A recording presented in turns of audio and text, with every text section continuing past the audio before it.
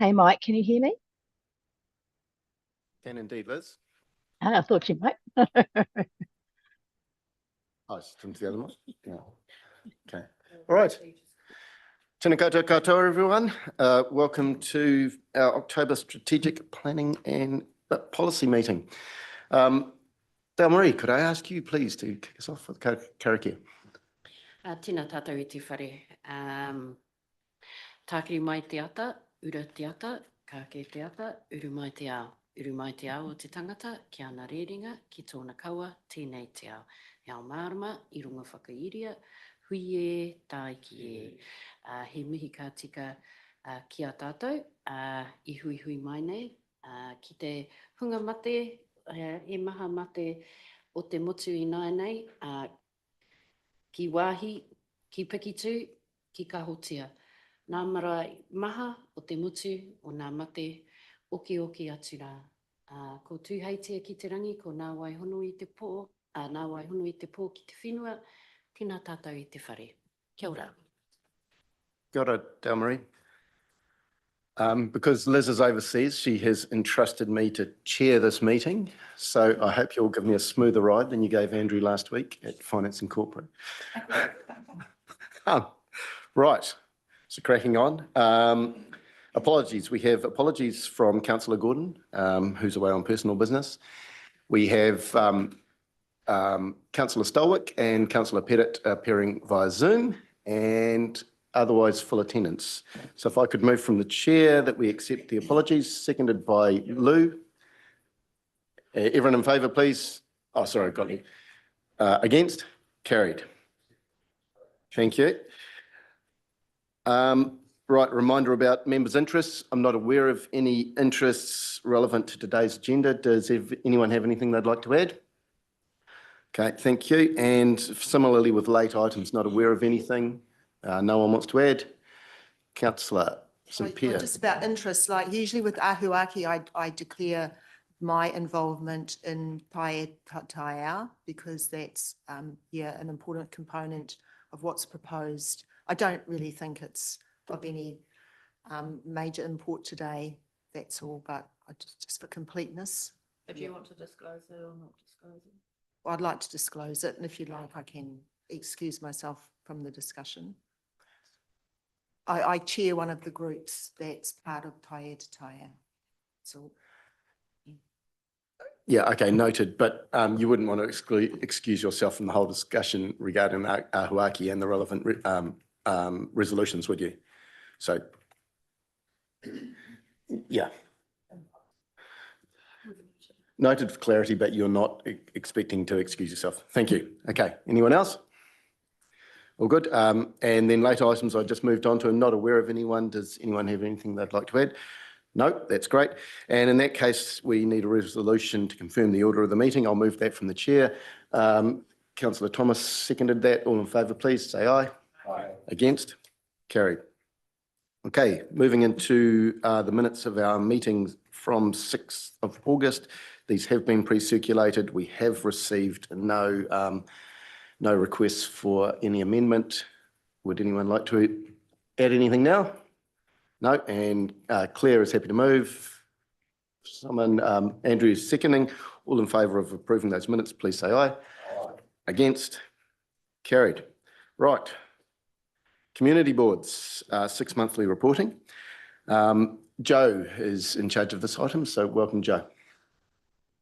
Thank you. Morena, everybody. So the purpose of this report today is to receive your 6 monthly reports from both community boards. So we have you here today. We have the chair of the Cambridge Community Board, Joe Davies-Colley, and the deputy chair, Elise Badger. And then also for Te Amuru, we have Ange Holt, chair, and deputy chair, Kane Titchener. So I will hand over to them and we will start with the Cambridge Community Board.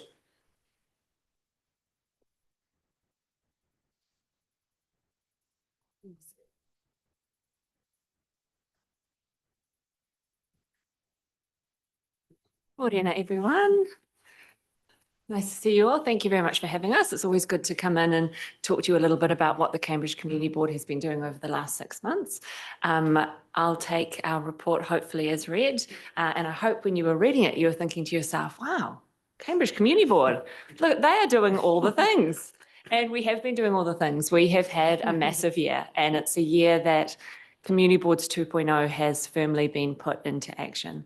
And when we were having the review of community boards, one of Dr. Stephen Finlay's recommendations was that the community boards show and demonstrate functional democracy in action. And we can say that that has definitely been at the heart of our work over the last 6 months to a year. And one of his other suggestions was that the community board has early involvement in council's planning and placemaking opportunities, bylaws, policies, and projects in our community. And I want to take this moment to thank you for the opportunities you have given us to be part of those processes, especially the LTP process, being part of that in its early stages. And not just being part of it, but having a seat at the table and having a voice as well has been really valuable to us. So thank you. As you can see from our report, we continue to stick very closely to our strategic priorities.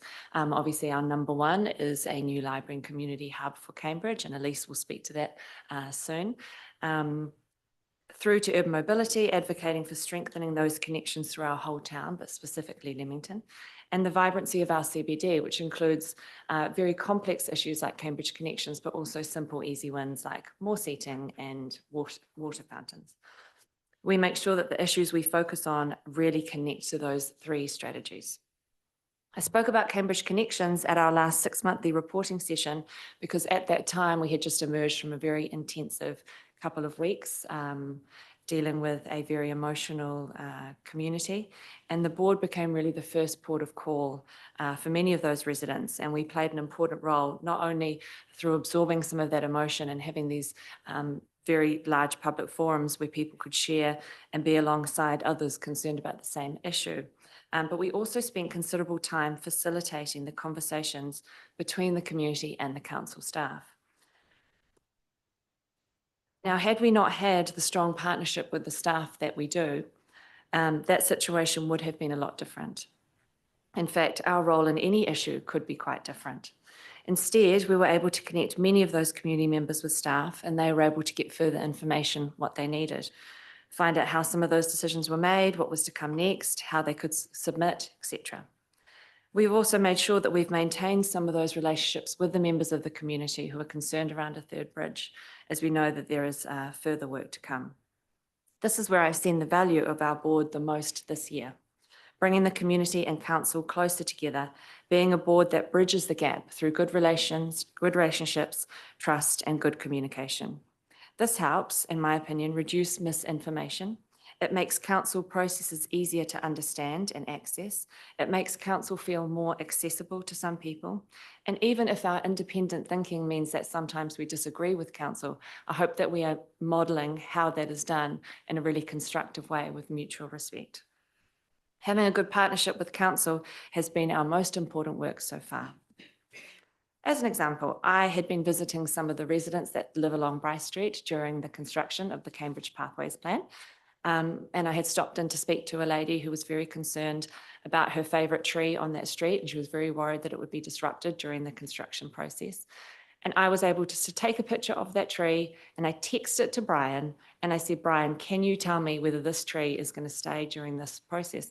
To his credit, he texted me straight back. I was still with the lady, and I said, you can be reassured this tree is going nowhere. And that's such a simple little example, but it just shows a community board being and doing what it should. And, you know, maybe that lady wouldn't have felt like she would have ever rung the council number, or, you know, it just happened that I had that relationship with Brian and I was able just to text him. That relationship and that strong partnership is going to remain a focus of ours over the remainder of this term. So at this stage, I'll just hand over to Elise to speak about our library work, and then I'll come back and talk a little bit about the 6 months ahead. Thank you, Jo.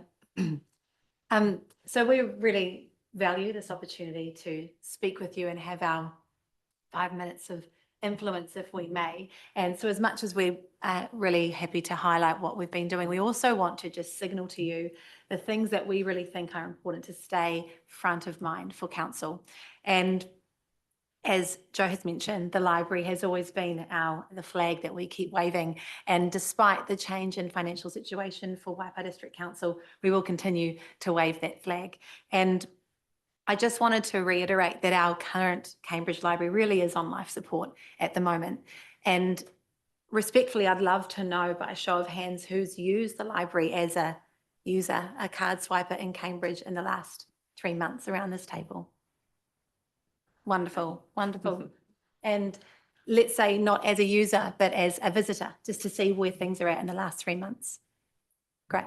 And thank you. I appreciate your honesty in that. And what I'd like to share with you is actually how much on life support it is. The people who've been will know that there are books on the floor, that our staff are in cramped quarters, that if you want to go and do a moment of quiet work at a table down the side, you'll be doing your quiet work alongside a boisterous toddler or alongside wriggle and rhyme, all who deserve to be there, all who deserve to have their space at the library, all who deserve to be able to participate in this wonderful resource that we have to the fullest extent, and they can't at the moment.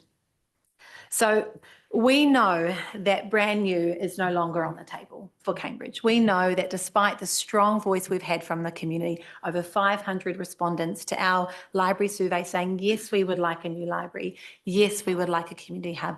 We know that we're in a different playing field now, and we want to work with you and not just be banging on about the same old thing when you go, we just can't. There's just not the funds for that. We respect that. But what we really want to say is we still need to take some sort of action. So while new and fancy, the gold standard, that's not possible. We get that. We understand that we're going to assess this again at the next long-term plan. There might still not be the money to do new and fancy. So it's time for us to start thinking, what are the solutions that we can have, that we can make happen so Cambridge Library can meet its service delivery targets, which we know it's not, and we know it's not going to unless something changes. I noticed that the long-term plan project outcomes, you've talked about staff going back and having a look at, can we refurbish the current building? And I said on the library feasibility study that they looked at that, albeit maybe briefly, but they discarded that as a solution because it was cost prohibitive and still wouldn't meet the service delivery targets, particularly with our growing population. So I would ask that we think about not redoing the same work, but doing new work, and think, how can we expand on the current library in a creative way? I don't have the solution, but is there another property in our portfolio? Is there a commercial property that we can lease? Is there another way that we can expand the skin of our library and be delivering for our community better? That's one option. Is there a way that we could do a pop-up library, something like they've done in Auckland with the container library down by the waterfront? Could we be expanding containers into that green space adjacent to the library? Could we be moving our children's collection out there? Could we be using what we've got but delivering more for our town and for our people, because they deserve it? As we all know, no other library service voluntarily accessed by our Cambridge community compares to a library. That is where people young through to the elderly, through all social brackets, come to enjoy what council can offer them through a library.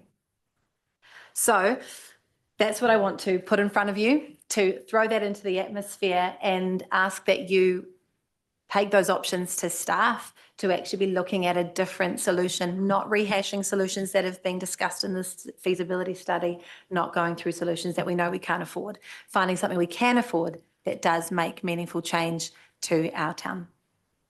Library, done. The other thing we wanted just to place in front of you is continuing to promote Leamington Village vibrancy. We know it's a difficult balancing act of understanding the needs of Shakespeare Street as a critical arterial route, but also there needs to be, it needs to be a pedestrian-friendly village. It needs to be a vibrant hub for Cambridge, especially as we grow. And we know there are urban mobility solutions, there are other types of things, but we have heard from our community that Leamington often feels a little bit neglected. So we would just ask that you continue to place them in your broader thinking as well. And finally, Riverside Park, we mentioned this early on, one of our early reporting, just as another nod to CBD vibrancy. Riverside Park should be kept on council's radar as an opportunity to enhance our CBD vibrancy by connecting our awa to the amazing infrastructure that sits on its very banks, our incredible new skate park, our beautiful pool system. Currently, it's a real wild, wild west as a pedestrian. It's the wild, wild west as a pedestrian walking down past that skate park along a variety of different footpaths, gravel driveways, and then taking some very terrifying footpath gradients as you circle back up to the swimming pool. But there's a real opportunity for us to continue to enhance the vibrancy of our CBD and indeed enhance the beautiful infrastructure that we already have and really connect that whole CBD down to our awa to turn the town a little bit around. And we know that's, again, maybe a nice to have, but sometimes there are easy wins, quick things that we can do that fit within the budget that actually enhance the vibrancy and the beauty of what is already a beautiful town and something that we really want to maintain as a beautiful town. Thank you. That's what for me. Thanks, Elise. Right, just quickly, because I know we're running out of time. The next 6 months for us is obviously going to be LTP work, really staying alongside that process and feeding into it in every opportunity. We're really grateful Melissa is coming and Anthea sometimes coming to our meetings, our monthly meetings. We're grateful for the opportunity for them doing that. Understanding that many families and businesses are doing it tough at the moment and being sensitive to that as we advocate for projects in the LTP. It may mean advocating for easier wins, interim options that make a difference in our community but don't cost a lot. Cambridge Connection, staying very close alongside that, having a strong voice for our community and keeping that open door policy for our community, no matter how hard some of those conversations may be. Working always on our partnership with council staff and elected members, Ahuaki submitting on the spatial plan and attending the public drop-in sessions, advocating for the issues that are important for members of our community, regardless of our position on them. And of course, looking after our delegations, creating meaningful Anzac and Armistice Day commemorations, and maintaining and growing our sister city relationships. I think that's everything from us. Unless you have anything else to add, very happy to take any questions you might have. Thank you. Questions? Yes, sir. Through you, Monty. Good morning, ladies. Morena. Look, hey, thank you so much for this really fulsome report. And I just don't want to labour it too long, but I just want to thank you for your sort of legitimate and really well-informed Cambridge voice. And I love the fact that you've had some challenging times, as we have, but you've fronted a really challenging issue in a manner that has been really inclusive and actually a couple of challenging issues, if we're honest. And I think the demeanour with which your board has conducted itself is a credit to the leadership that it enjoys. So I just wanted to acknowledge that. And I also want to say that I love that you're keeping it real and that's something that we've all got to bear in mind at the moment, and understanding the challenging financial landscape, but at the same time not wanting to, pull up the stops and just say, no, we're giving up. You're trying to still find creative ways to get things done and progress issues that are dear to your heart and dear to the hearts of your community. So I just wanted to acknowledge that. Great report, keep it up, and really enjoying the relationship that you're sharing with our group and also the staff. Thank you. Thank you very much. Thanks, Susan. Now to Mike Pettit. All right. Oh, thank you through the chair. Can you hear me? Yes. Yeah, all right, thank you. Hey, again, thanks, Elise. Thanks, Joe, for the report. Couple of things.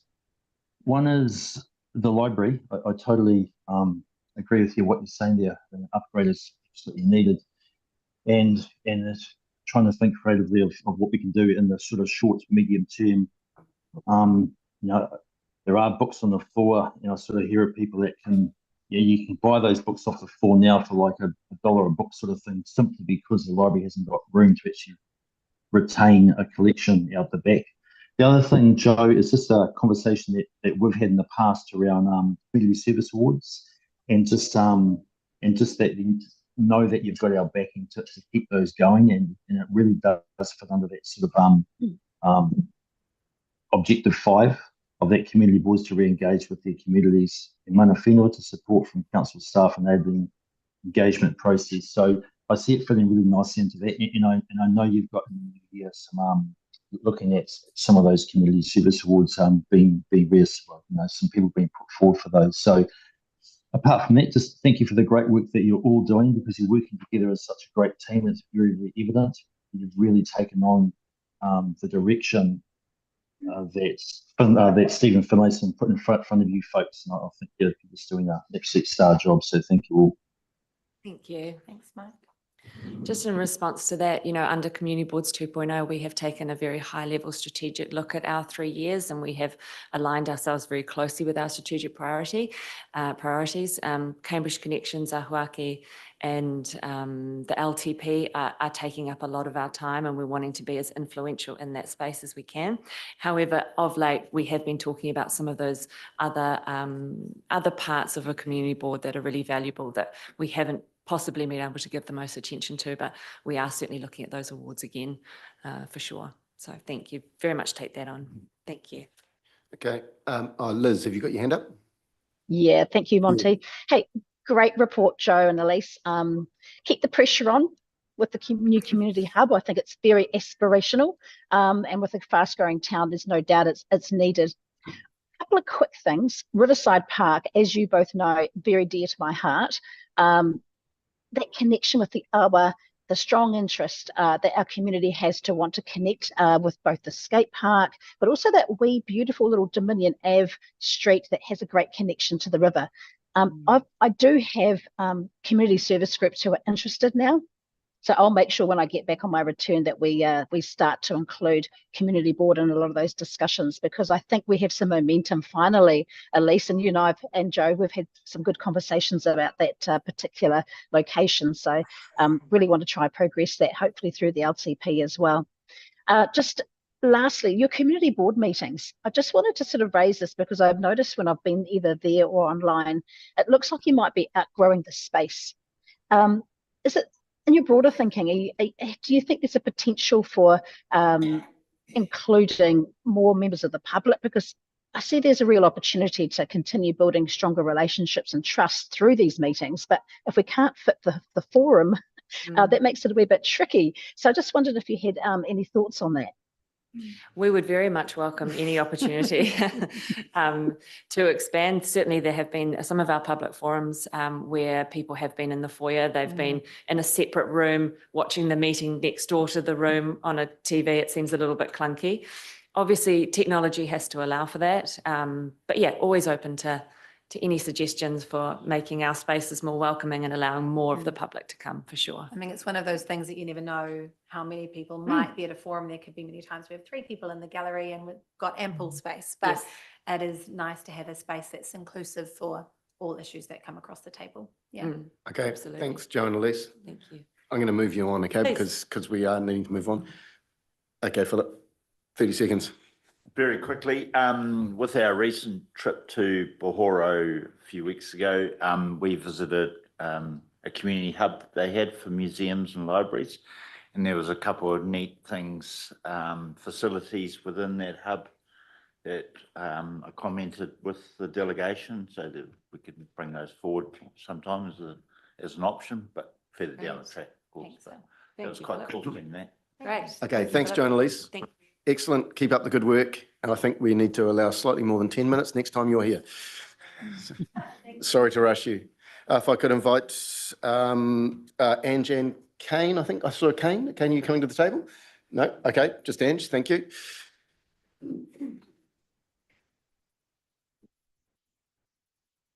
Just very quickly, I'd like to congratulate the Cambridge team. What a awesome presentation.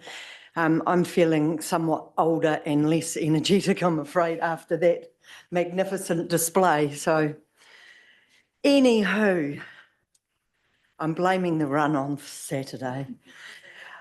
Onwards and upwards, Morena, Tia Monty, Mia Susan, councillors, Te Kanohi Bill and staff. On behalf of the Te Awamutu and Kihikihi Community Board, thank you for the opportunity to present our report this meeting. I will take the report as read, and before I take any questions, just have a few further comments. As you can see, we continue to be busy working on achieving our strategic plan. Highlights are the constantly improving relationship with our community, receiving positive feedback regarding our advocacy efforts. We are finding more groups are reaching out to us, with the service groups inviting us to speak at the upcoming combined event this month. And since writing this report, in addition to our normal connections, we have also had a meeting with a group consisting of a representative from the business chamber, the retail group, Grey Power, and a couple of residents in regard to extending the parking time limits in town. As outlined in our submission to the extended annual plan, we requested permission to take on a couple of projects around town, which we are investigating further. Currently, this includes giving the town welcome sign on All Hope All Road some love and attention. We have met with a member of the Altruza group and have been instructed from staff to put together a proposal for the transportation team to consider, including one of those wonderful traffic management plans. We are disappointed that we are supposed to be working to Dr. Stephen Finlay's recommendations and continue to learn that some councillors in their dealings with the public are recommending residents go straight to chamber with local concerns rather than via the community board. We are, however, delighted that so far the Homes Garage has not been canned. This is a well-supported community initiative and a very worthwhile project that Te Awamutu retailers and residents would dearly like to see proceed. Even if, while money is tight, it just stays on the LTP project list. We understand that funding is not there for council to currently fund it. Board member Jill Taylor has had success in bringing some adult exercise equipment to the Pop and Good playground, which looks to be nearly complete. We are also making some progress on the opportunities of a Kaipaka Pa Park walkway with an initial meeting with Anna Greenhill from Waipa Networks and Mark Dawson, who had the idea. Both Waipa Networks and Transpower are supportive, as are Mana Whenua. We are currently awaiting for the laying of the new cables to be completed and for Oren Kapua, chairman of Ngāti Apakura, to come back with what Ngāti Hinitu and Ngāti Apakura's aspirations are for the project. We would like to thank Liz Stolwick and Dale Marie Morgan for their support to get the Memorial Park group meetings off the ground in an attempt to find some common ground between council and stakeholders. These are improving relations slowly, however, there is still an element of distrust present, but it is a positive step and a real initiation of goodwill. The people who care about the park firstly have a wealth of knowledge about its history, how things work and where things are. They love that park more than their own back gardens, so it is incredibly important to them. By including them and supporting their views where possible, it can be a win-win as they get to be heard, can contribute and become your biggest advocates. We also have community board members continuing to stay abreast of the waste to energy plant status and fluoridation. On the latter, there has just been a major federal court ruling which has determined that water fluoridation at a level of 0.7 mg per litre presents an unreasonable risk of injury to health or the environment, which by the sounds may well reverse the government's decision to continue the rollout of fluoride. I, in particular, have benefited going to the LTP workshops and the board also through the agenda updates. It is a big help to have a better understanding of this process coupled with our financial position. As the Cambridge community pointed out in their report, we also try to be mindful of this when requesting projects be considered. We want to be supportive as possible of staff and councillors through assisting you with getting feedback and buy-in on policy, bylaw changes, ahuaki, LTPs and annual plans, all the things we need to address for a growing district. As a community board, we are committed to supporting and listening to our community, and in doing so, we will not shy away from having a difficult conversation or two on their behalf to advocate for them.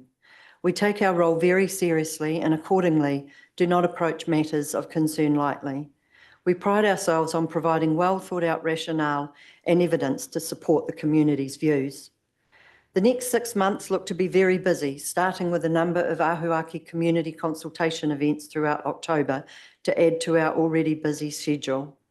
I do hope that this team of very dedicated and community-driven board members will finish their term next year feeling proud of what they have achieved for Te Awamutu, Kihikihi and the Kakapuku district. Tēnā rawa atu, kato. Kia ora, Ange. Questions? Ms. Susan. Look, no questions, but just to acknowledge the work that your board puts in, great passion, and we certainly can never question you for that, absolutely. But look, I'm really delighted to see that you're gaining benefit from dealing with Stephen Finlay and the the reset. I'm really heartened by the fact that you're focusing your activities around that strategic direction, which is really where we were gunning for when we brought that sort of review in place. So well done. Thank you very much for your report. Cool, thanks, Ms. Susan. Tēnā koe, Monty. Tēnā koe, Ange. Thank you for your report today. I also just want to make mention how you say ka kia puku, because ka kia puku is a real hard word that a lot of us in this whare have real trouble getting our mouths around. So tēnā koe moto. Kia ora. Aroha ki o tātou ka kia puku. I just want to touch base with yourself and Kane, tēnā koe hoa, me o uri I konei, I tai mai nei. Fluoridation, I just need to know from you guys if you and Bren have data on the constituents of Waipa that are not for fluoridation in our water, and I'll come back to you guys with that and follow up with you with that. So, but thank you so much. That was such a detailed, and I'm really, really stoked that our community boards come out with such really detailed, and we appreciate your guys' input into everything that we do too. So, ka nui te mihi kia koe hoa. Thank you. Kia ora, Dale Murray. Lou. Yeah, thank you. Very, very good report again. As I say, you really lead from the front. I will say that for you every day. You work very, very hard. I think you forgot one thing, the tremendous amount of work your community board do on e-waste, batteries, and all of the other sides that we've done. We actually are out there every once a month collecting all of the e-waste and actually operating all that, and we fund the battery collection ourselves. So I think that that's a very big positive in the community. And during that, we get a good liaison with the general public. We often spend quite a lot of time. I know Sally is terrible. She'll stand there and talk to every customer, but it's great. We're getting a good review of what's happening out there. So well done. And Thank as I you. say, from us, it's a difficult job between the two of us at times. We have different opinions, but I'll agree with that. But in the saying that, thank you very much for what you're doing. Oh, thank you, Lou.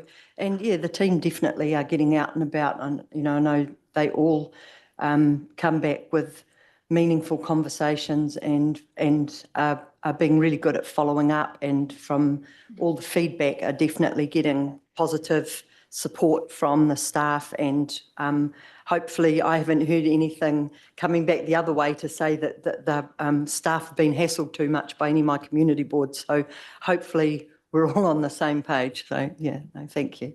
And thanks to the team. Yeah. Okay, thanks, Ange. And look, thanks to both community boards. Oh, sorry, have I got a question sorry, Liz, didn't see you. Liz, go ahead. Thanks, Monty. Hey, Ange and Kane, look, you guys are doing a bloody good job at the moment. I listened to your last community board meeting and I was really impressed. Memorial Park, yes, thanks for the acknowledgement, Ange, appreciate that. And look, I'm happy to stay involved until I'm no longer needed. It is such an important piece of work that we want to get right. So yeah, I'm happy to continue the work for as long as we're needed. Look, just in regards to that, there is some really great work being done in the community, and I just wanted to check in with you both. Do you both do, does the Community Building TA do community service awards? I know I've seen many years ago some being done there, but is there an opportunity to sort of look at that opportunity, going forward? So we don't do community service awards. I do know something about that one that was held many years ago because I happened to be the person that ran that. It was called it was about acknowledging our unsung heroes. That's right. And it was a wee project that I took on board and had hoped to continue, but life got in the way, as it does. I think it'd be a lovely thing to reintroduce. I just feel right now, and in the current environment, we've got quite a lot on our plate, and it just might be a step too far. But then on the other hand, we probably need to have a talk about it because it would be something that we could do quite easily, low budget, and it does mean a lot to the community to be able to get out there and acknowledge those wonderful people that work tirelessly behind the scenes that we often don't even know just exactly how much they're doing. Yeah. Look, that you're absolutely right. Hey, look, and just lastly, great to see John Wood at the local LGNZ conference. I think it was a really good opportunity to spend a bit of time with him. And yeah, look forward to seeing you all at the upcoming Ahuaki consultations in Te Amutu. Cool. Thanks, Liz. Thank you very much, everybody. Appreciate your time. Okay, Thank and you. look, thank you to you and to the Cambridge Community Board. Keep up the good work, team. I was really delighted to see the chairs sitting at the long-term plan workshops and the enhanced influence that you're having with your submissions and so on. It's all Community Boards 2.0. Let's keep going. All right, we have a resolution to receive Joe's report, and Dale Marie would like to move. Philip, are you wanting to second? Everyone in favour, please say aye. Against? Carried. Thank you. Thank you. Right. Moving along, we're into long-term plan project update. Melissa, welcome.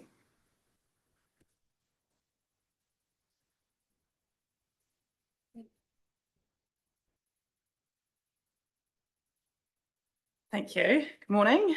So the purpose of this report is to provide an update on how the long-term plan is progressing against each of the component parts, which are set out at the table in the report.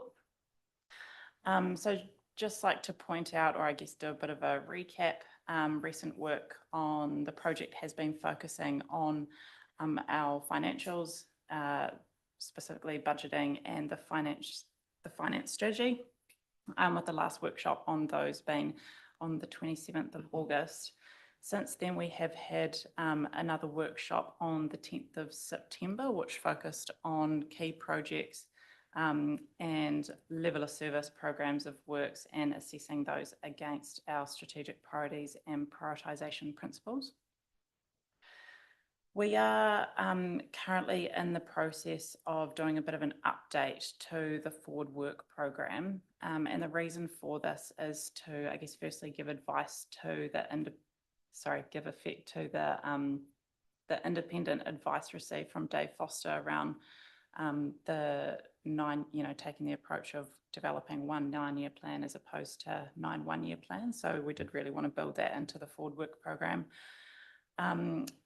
I think it's also important to note that we have obviously received, or there's been some changes from central government around our funding and financing options. So wanting to take those into consideration, and also noting that there's been a lot happening in the space of local waters done well. So yeah, just wanting to make sure that we have better visibility between the long-term plan and that work stream. The next touch point with you as elected members will be in the coming weeks. So essentially we'll be bringing the discussions that we've had on the finance strategy and the projects together into one kind of workshop package. So that's kind of a bit of an update, and I guess bringing it back to the report, I'd just like to note that the project is largely tracking quite well. There are two component parts in the report that are noted as monitor as their status. The reason for this being it's just in response to Council's challenging financial situation, not in response to kind of anything going particularly wrong with those. So I just wanted to make that clear that we are monitoring those, but it's more kind of in response to our situation. Just to be clear on that, you are saying that from a process point of view, you're happy, but the monitoring status is due to the challenging nature of the financial landscape, yes, rather than you're struggling to keep up. Yes. Okay, thank you. Andrew, do you want to ask on that? No, just further to that. So at the workshop on the 16th, we will be addressing both of those. Well, not saying addressing as in fixing the problem, but they will be. We'll be considering options around our financials. So it will be focused on our finance strategy and what that means for our debt levels, but also flowing into key projects and whether or not they are essentially funded through this long-term plan. Yeah, perfect. Thank you. Okay. Okay, anyone else? Very much looking forward to that next workshop. You said it was the 16th, didn't you? It will be, we're currently looking at the 16th and potentially a bit of a kind of a pre-workshop to that on the 14th as well. They kind of need to be considered as a package, but the substantial item will be on the 16th. Great. Thank you. Claire.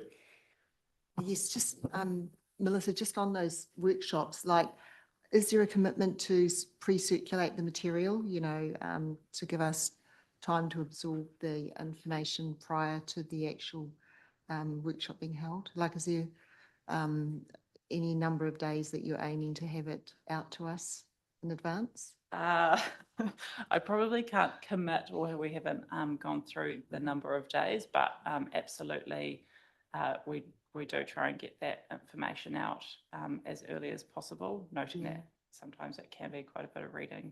Yeah, okay. Thank you. All right, great. Yeah, so we have a resolution on page 27 to receive Melissa's report. Ms. Susan's happy to move. Mark is happy to second. Everyone in favour, please say aye. Against? It's carried. Thank you, Melissa. Look forward to that workshop. Okay, now we're moving on to our major Ahuaki item, which is to approve the commencement of public consultation on this. Kirsty is just gathering the team.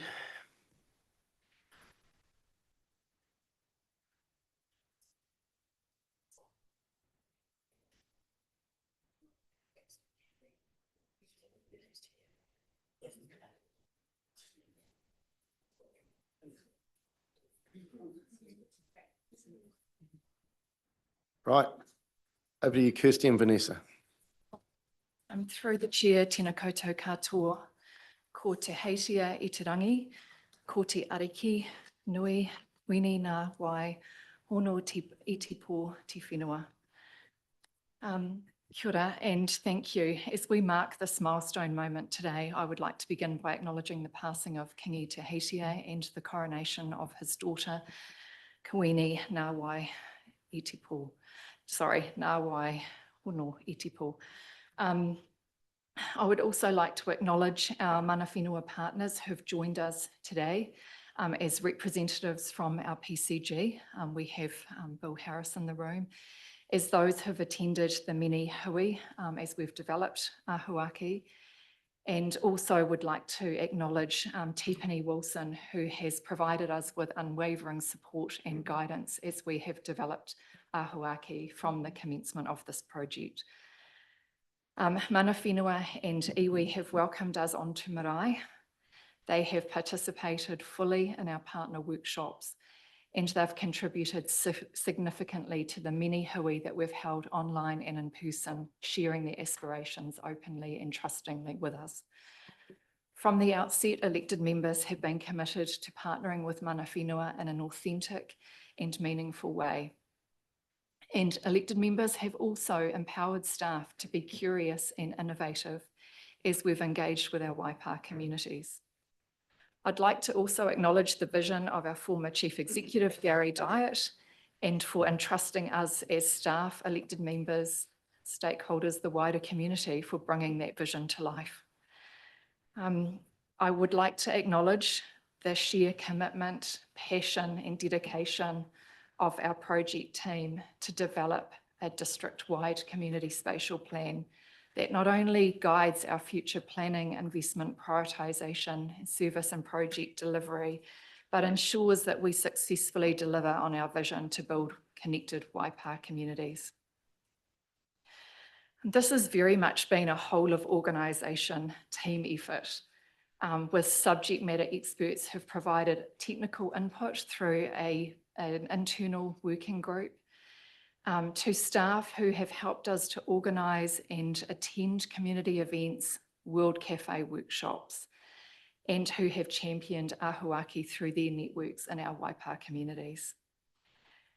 And finally, sincere thanks to our Waipa communities who we are so very privileged to serve. Thank you to those who volunteered to be part of a first attempt at a community participatory process through World Cafe workshops, to those who provided feedback, to those who have championed Ahuaki and advocated it, ensuring that our future Waipa remains a truly special place to call home, and we are better together. So in that vein, I'm going to ask Vanessa to lead you through the presentation of the report. I apologise that I have referred to notes, and that is because I'm incredibly nervous sitting here today. This is a huge moment for us. This is so much more than a project. This has been something that we feel so very privileged to lead and are hugely passionate about. So apologies for that nervousness. Yeah, just hand over to my colleague. Thank you, Vanessa. Let's keep going with Vanessa. We'll do questions afterwards. Okay. Thank you. You're going to make me emotional too. Yes, I will take the report as read. Morena, everyone, sorry. And we'll probably make a few comments on the content of that report. We're here today, finally, to seek the approval of the last package of content of Ahuaki Waipa Community Spatial Plan. You had already acknowledged a set of documents back on the 7th of February for consultation.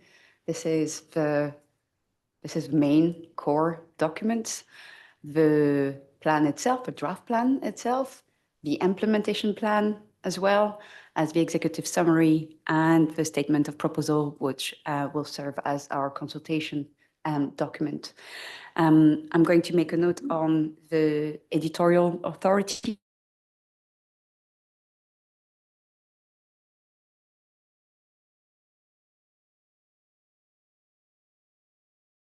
Due to be completed tomorrow by COP tomorrow. Yes, I would like also to acknowledge Claire and your review of the comments. So we have already received some of those. I don't know if you wanted to outline some of them today. I wanted to discuss some of them right now, and I will probably invite you over comments if. Yeah, thanks, Vanessa. Firstly, I just want to heap praise on both Kirsty and yourself and the other team, you know, that have been there, like Ben was really involved early on, and I'm sure there've been lots of other people. I think it's been superbly led, and it is a really big piece of work, isn't it? And, you know, it's something that's going to be enduring as well. Yeah, and as you said, by doing it with our community, you know, it's come from our community, from Mana Whenua, from our other key stakeholders and things like that. And I think you'd be really proud of what's, the final outcome. Yeah. Interesting to see how the community consultation will go. Yeah. So the feedback that I gave on the statement of proposal, there was really just one key point, and that was that it mentioned in the submission form, did you agree, you know, with, you know, what was proposed, considering our financial constraints? So there's nothing in the statement of proposal about what our financial constraints are.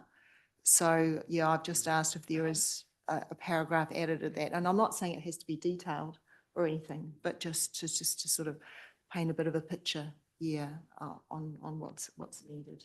Yeah. Through the chair, thank you for that, Councillor Clare, and acknowledge that you're suggesting that we amend the statement of proposal to include reference. So we acknowledge that this is a 30-year plan, and we're talking about the current financial constraints. So certainly we can look at adding a short reference to what they are. Thank you.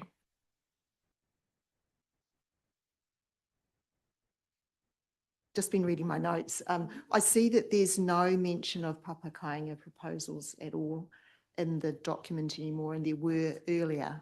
And I take it that's because that there've been some, central government changes signalled for that. Yeah, it'd be good to just have a bit of information about, we know that we're doing work on it and all that, but there's no mention of it in the document anymore. Just to comment on this, the Papakanga work stream, that is either continuity to the Plan Change 23 or to look at the practice note, the Papakanga practice note, which is another proposal that we had included in the implementation plan, is actually sitting under a package of activities, which is the update of the housing strategy. And when we are going for consultation, we're obviously consulting on all the sub-activities, including the Papakanga practice note and how the plan change will actually be developed further. But when we only outline the package of activities, that's where that level that the submission is actually pitched out.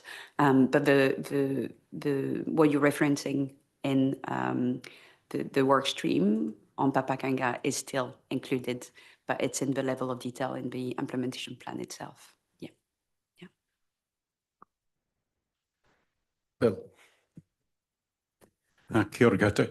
I just wanted to tautoko all the comments that were made. Kirsty, you look like you needed a hug, but I don't know whether that's right here. But from our perspective, it looked like it, the awhi needed to come. And so, sorry, I was talking with Dale Marie about it, but thought it might not be. And just to recognise, it's certainly the hard work that's been done by everybody that's on that project group, even to the point that, a number have been ill and unwell, Harold Maniapoto for one, but to also recognise that Cassidy and Tiffany are in the house. Kia ora koutou to both of you. It's been a great journey in terms of this.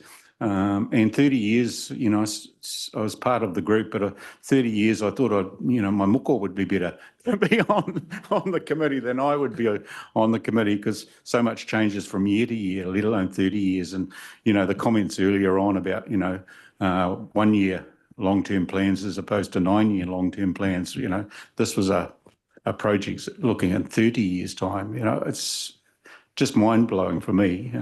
So I just wanted to recognise all that hard work, and I can understand, having just had a new muko, what it's like, Kirsty, to be having your baby put in put in front of the council at this present point in time. And thank you to everybody for that work. I don't know if it's appropriate, Mike, but I'd like to signal now that I'm happy to move, that we move to the next phase. Kia ora. Well, end this report. Yeah. Philip. Thanks through the chair, and thanks you guys. First of all, Kirsty, it's very unusual to see you nervous like you were. It's a huge project and your team's done an amazing job, but so thank you very much. And Vanessa, I remember when you first came to our rural tours, for 5 or 6 years ago, probably now, or before COVID. Was it before, after? There must have been after COVID. I can't even remember where COVID was now. But you coming then, that was right at the very start of the project. And the way that community has been brought in on this as well, that's been a really big success. So congratulations to you both, but also your team. Of course, there's heaps of people behind the scene, and what a long project it's been. And I saw the calendar invites yesterday with going out again to the community over the next few weeks or months or whenever it was now, I can't remember. And so what a congratulations, just saying what everyone else is saying really too, but wanted to say it personally. Okay, Liz, over to you. Oh, thanks, Monty. Hey, look, we know that we've been leaders in our field here. I've heard from other councils more than once what a meaningful but also really critical piece of work this is, and how it's going to be shaping our district going forward. So big thank you to the staff. I just did want to acknowledge Gary Diet as well. because it took a lot of courage, I think. But Kirsty, Vanessa, and the whole team, it was also your vision to embark on this journey that has led us to where we are today. The World Cafe, I attended, I think, one of the last meetings, a number of us were included, and I saw the way that our community was so thoroughly engaged. So I really look forward to, I guess, looking at how we might utilise that World Cafe approach going forward and hearing directly from them. I'm keen to probably see a little bit more detail around the community consultation now going forward. As Philip alluded, we've got them in our diaries, really looking forward to seeing how our community reacts to the document in front of them. But I'd be keen to see a little bit more detail around how they will be run. And yeah, that's it from me. Happy to second the recommendation actually after Bill, if that's okay, Monty. Right. Okay. Brilliant. It is indeed a momentous day. And Bill, I had exactly the same thought that your baby is being floated out into public consultation now. So we're about to embark on a public consultation process for a month from 4 October to 4 November by way of a special consultative procedure. So that's the next step. Liz, I was actually going to invite Mayor Susan to second that. I don't know the protocol there. Am I allowed to do that or not? Okay, no, I think I probably can't. So Liz, you got in there first. I will note there's plenty of people fighting to move and second this. So given you said it, Liz, I'll go with it. But yeah, okay, Mayor Susan, you can say a couple of words. You beat me to it, Liz. That's all good. Look, the praise you've received today as two leaders in this field and your team and partners is well placed. I just wanted to just quickly point out that remember back in the day when this was a year-long project, and I just want to really underline and underscore your willingness to act in a nimble sort of way in a machinery that doesn't do things nimbly generally, and your willingness to respond, hear and learn as a team. And I think, and I'm loath to say it, but local government's probably not known for all those things, and so you're outliers in that space. But I think that kind of embodies the way that Waipa is. And certainly will be into the future. And of course, it's more than just a plan, it's a commitment to our people, environment and heritage. But yeah, just had to giggle about the fact that it was really only a year long. And just wanted to underscore, obviously, the dedication that particularly the two of you have shown to this. I mean, the midnight oil that you two have burnt, I hate to think. So look, congratulations, well done. And if it could be thirded, I would be thirded. Okay, Bill, you'd like to say something? Araha mai. I should have e tū like we do, and I would have spotted Dominic by sitting behind Bruce. So I just wanted to also recognise Dominic in the work of Shane Taruki for Ngāti Anu, and Dom, your work on Ngāiwi Tōpū as well. So yeah, kia ora, Dom. Sorry about it. Thank you, Bill.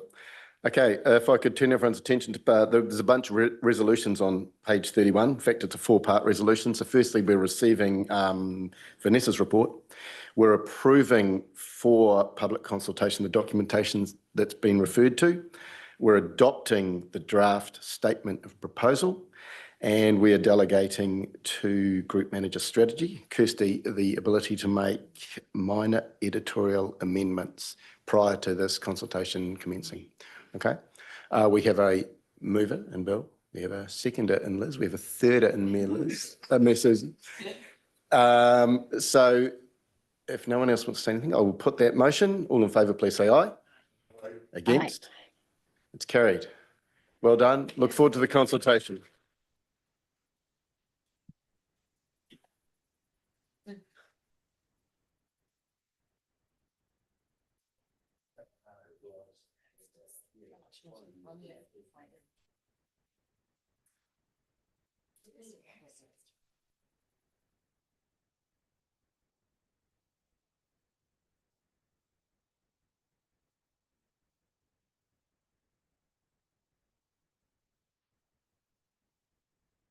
All right, that brings to a close our formal business. I know Bill's now set a precedent that we're going to be hugging everyone in council meetings, which I think is probably quite a good idea. Dale Marie, could I ask you please to close us off?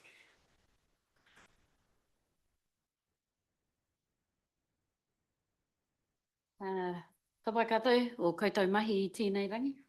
He tere te haere. Unuhia ki te uru tapu nui, kia wātea, kia māma, te nākau, te tinana, te wairua. Koiara, ka whakairia ki runga, kia tīna, haumie, huie, tai ki e. Tēnā tātou. Right, thank you, everyone. We now have a morning tea break. We have to be back in here for our workshop starting at 10:40, please. Yeah. All good? Thank you.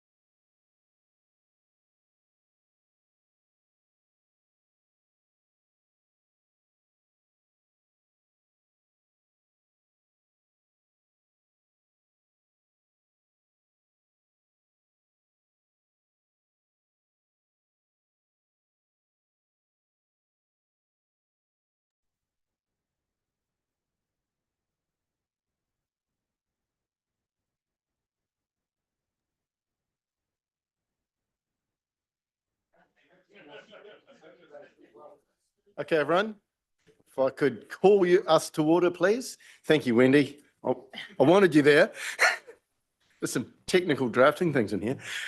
Okay, right, everyone. Plan Change 23, Papakāinga workshop. In public, we're live streaming, and I'm going to hand straight over to you, Peter. Good morning, everybody. Yes, please. Yeah.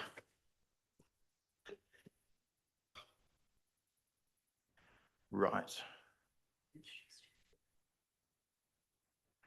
Cool. Okay, just to give you a bit of an idea about what we're going to be talking about this morning. First of all, national direction for Papakāinga that the government has signalled that it's going to be working towards, which has an implication for Plan Change 23. I'm just going to recap for you the provisions of Plan Change 23 that we've workshopped with you previously. James is then, and sorry, I should have introduced. Peter, yes, sorry, I didn't James introduce James. Sorry, could you introduce James? James Petter, I think that you all have seen and met James before. So James will give us an update and a bit of discussion around the second round of iwi consultation that he's completed for us for Plan Change 23. And then the final part of the workshop will just be to highlight some of the key justifications for Plan Change 23 in terms of the legislative direction moving forward.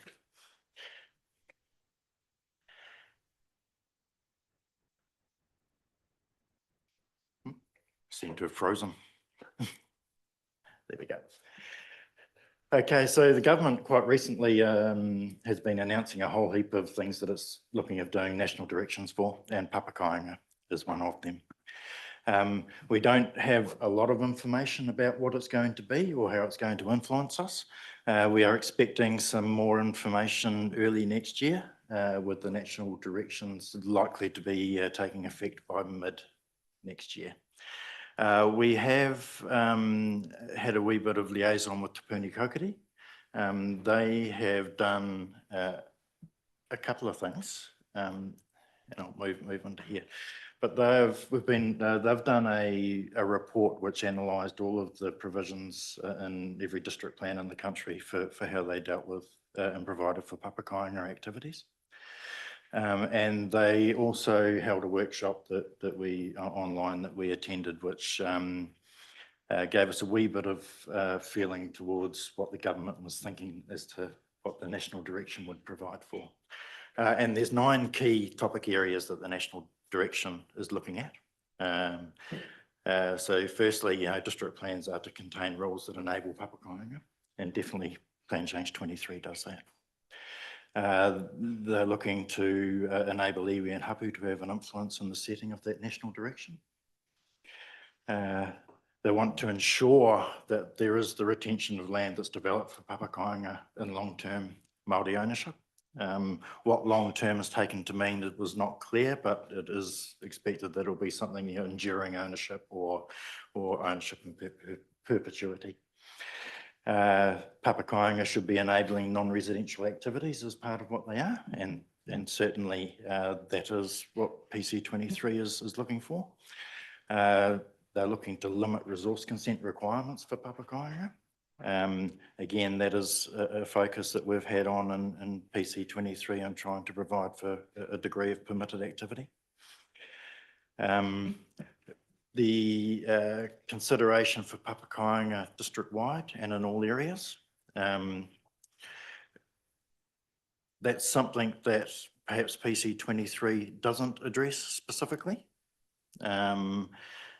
Certainly, we're focusing on whenua Māori as far as the provisions go and settlement land, and we'll get into that with the recap, but not a full enabling of Papakāinga development on general land specifically.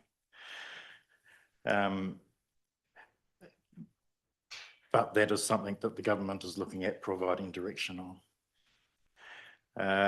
The other things are that controls should only be put on density or scale where they are there to manage specific site limitations.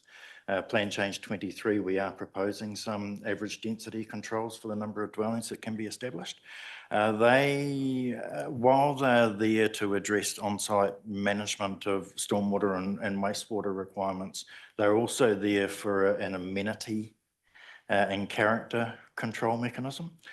So at this point, they are not solely looking at site limitations for their justification.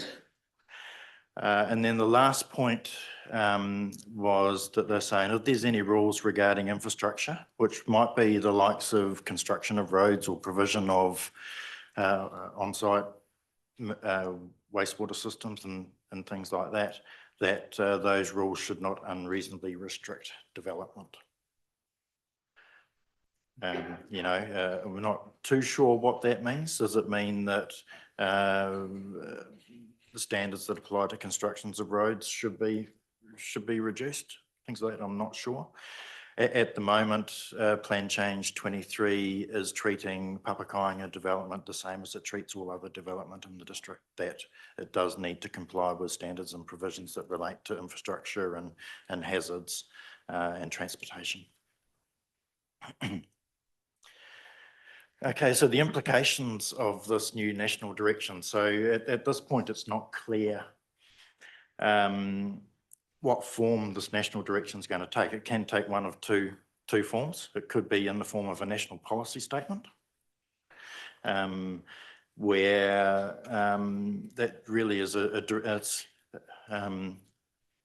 I can give you an example, PC 26 was the result of a national policy statement. So we had requirements that were put into the NPS and into the legislation as to what objectives and policies and standards needed to be brought through into district plans as specific rule sets. We are required to give effect to whatever the national policy statement says. The second area could be via a national environmental standard, and that is where there's a whole rule set that sits outside the district plan. Example of that is the standards for contaminated land or commercial forestry. We are responsible for implementing and managing a national environmental standard. Our district plan provisions only apply if they're more lenient than what a national environmental standard says. If our rules are more restrictive than the national environmental standard, then they are not applied at all. So the key implication is that PC 23, as we've presented it to date, could be required to be changed to give effect to national direction when we become more aware of what that might look like next year. Great. If we go into a bit of a recap of the provisions, when we're talking about whenua Māori in the rules, generally we're referring to the parcels of land that are coloured on this map. And so it shows that it's not a large area or extent of land that we're talking about. In all, it's about 2,700 hectares of land. But as far as a district comparison goes, it's a very small land area. So the key provisions, as we've got them, is that we've got a revamp and a renaming of the Marae Development Zone to multi-purpose zone. And the provisions of that zone have been reworked to provide quite a few more permitted activities. Not only for Papakainga, but for a whole heap of other rural activities, which can be done in the rural zone, which we're looking to bring through into the multi-purpose zone to make sure that there's consistency between the two zones as to what you can do as of right. We're anticipating that any whenua Māori sites that are less than 3 hectares in area will be rezoned to multi-purpose zone. We'll be making provision as a permitted activity for the establishment of up to 10 dwellings as part of a Papakainga within either the multi-purpose zone, the rural zone, or the large lot residential zone. and the ability to retain your permitted activity status is dependent on compliance with set performance standards throughout the plan.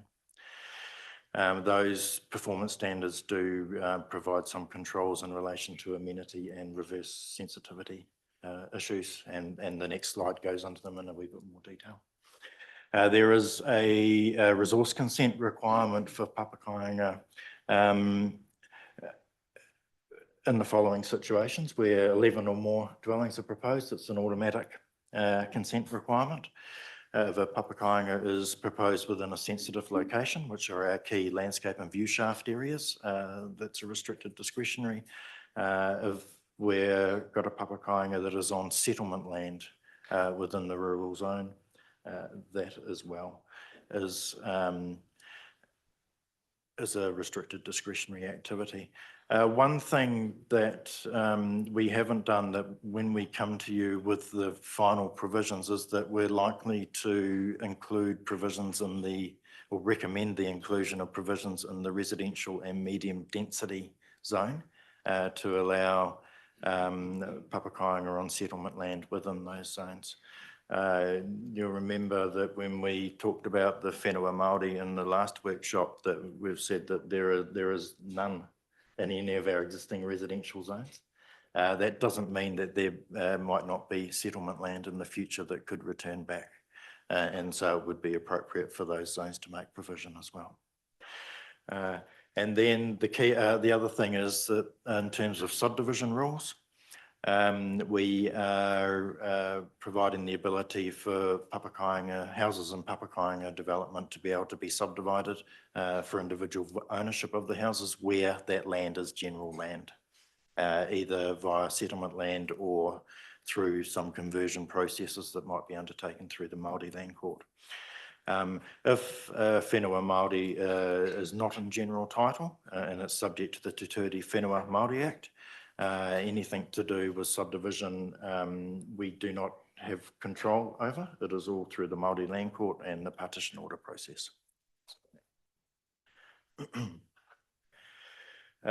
So the key things in terms of performance standards for permitted activities, we are asking that prior to a building consent application being lodged, that report and development plans are provided to us for assessment so that we can confirm that they are demonstrating compliance with all of the relevant performance standards. So those standards will include the development standards for the zone itself, the provisions of section 15 relating to infrastructure, hazards, development and subdivision, and the provisions of section 16 that relate to transportation. We are proposing new setback standards to address amenity and reverse sensitivity concerns. And we are proposing average density standards to apply in the rural zone and the large lot residential zone. And that is to mimic the minimum lot size in those zones. So that sort of ends the recap of where we got to after our last workshop. What we're expecting in terms of outcomes. This photograph is of the Papakāinga that's been established or under establishment at Westley Road. What we're anticipating through these provisions is that we will have enclaves of residential development throughout the rural areas. That the use and development of whenua Māori will not be constrained, that Māori will have certainty about what they can use and develop their land for, that the development that results is designed to be to respect sensitive locations, and that the development is designed to and located to respect neighbours. So those are the key outcomes that I would expect to come from the Papakāinga provisions. If I just take a breath now and move on, and James can give us a bit of an update about the second round of consultation. Do you want to take questions, please? Does anybody have any specific questions before we move on? James might be able to answer it in his cordial, but I'll chuck it out there now and James can pick it up if he wishes to. Thanks, James. Sorry, I didn't get into the second round of consultation, hui, but we had a cordial about what settlement land means and the definition for it. And I'm just a bit disappointed that at the way it's been defined in the document itself. Because, you know, one of the big things, of course, in terms of where I am is Ngāti Apakura's reconciliation process. And it's not a settlement.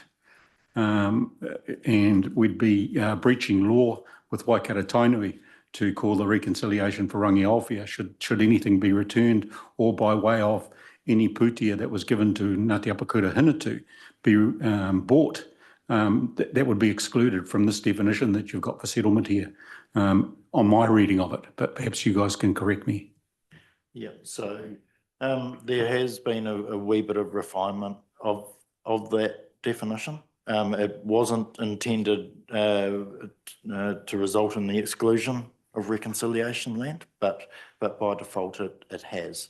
The definition has been derived because of looking at how the national guidance in terms of MPS for Indigenous biodiversity defined specified Māori land and treaties, the treaty settlement land definitions as part of that. And so perhaps in error, I adopted that through the legislation. James has had a chat to me this morning and identified that, yeah, that reconciliation part should still be there, and I agree that it should still be there. And we will be looking to ensure that that is rectified. Sorry.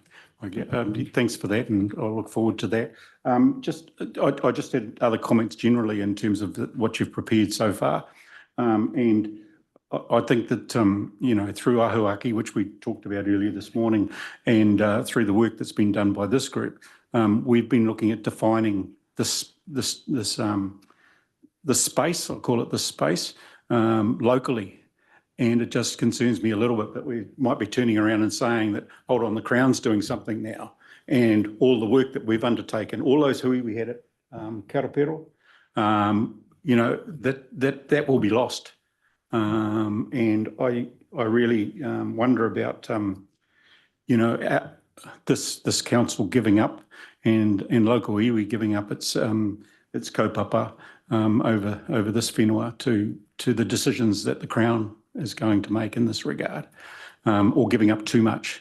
I do wonder whether there's, I can understand to some extent why we might do that, because there is some costs to the rule change proposals, but I do wonder about, you know, Waipa District Council being a leader to the council, to the Crown in this instance, or the government in this instance, rather than us being a follower. You know, we talk about being the champions. You know, well, I guess I'm saying here is that let's be a champion here and put our own kaupapa in front of the Crown. You know, turn up to those things and not just wait and sit on our hands. And I'm not suggesting for 1 minute that you're doing that, but I'd like to think that, you know, this council would be a forefront leader in regards to making those changes. Kia ora. You've let me sit up here, so therefore, if I may comment and Bill in return, I guess that the waiting to see national direction is to make sure they don't ask us to do anything over and above, because there's nothing worse when we finish this plan change and then find out we actually needed to do X, Y, Z to meet their requirements. But I think sharing what we've done is, because they would know that we've got this proposed plan change, draft plan change. They wouldn't have seen the details because it's not in our district plan yet, but maybe we can ensure that they see what we're proposing to see whether there's any examples they could take and run with that for their national direction as well. So good idea. Thank you. Claire's got a question. Yes, thanks. I just thank Bill for, you know, his thoughts on it. I feel that it's important to actually know what the national direction is.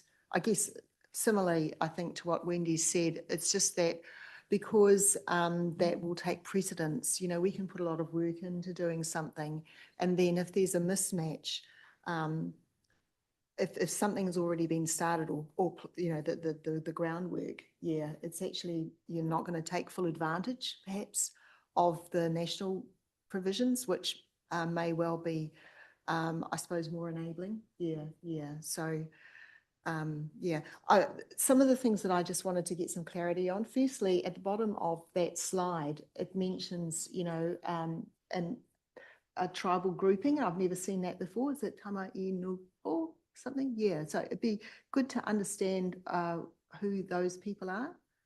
Yeah. I'll pay for that one. Tēnā koe e aku rangatira, nei te mihi kia koutou I tēnei ata. Councillor, so Ngāti Tamainupo, they recently issued their iwi management plan, hapu management plan, and their pauwhenua comes out into the Waipa district.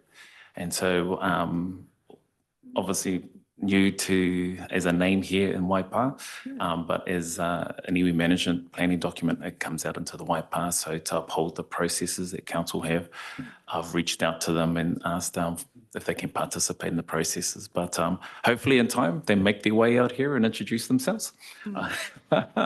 James, whereabouts? Yeah. Geographically? Geographically, so they come out to Ohopo.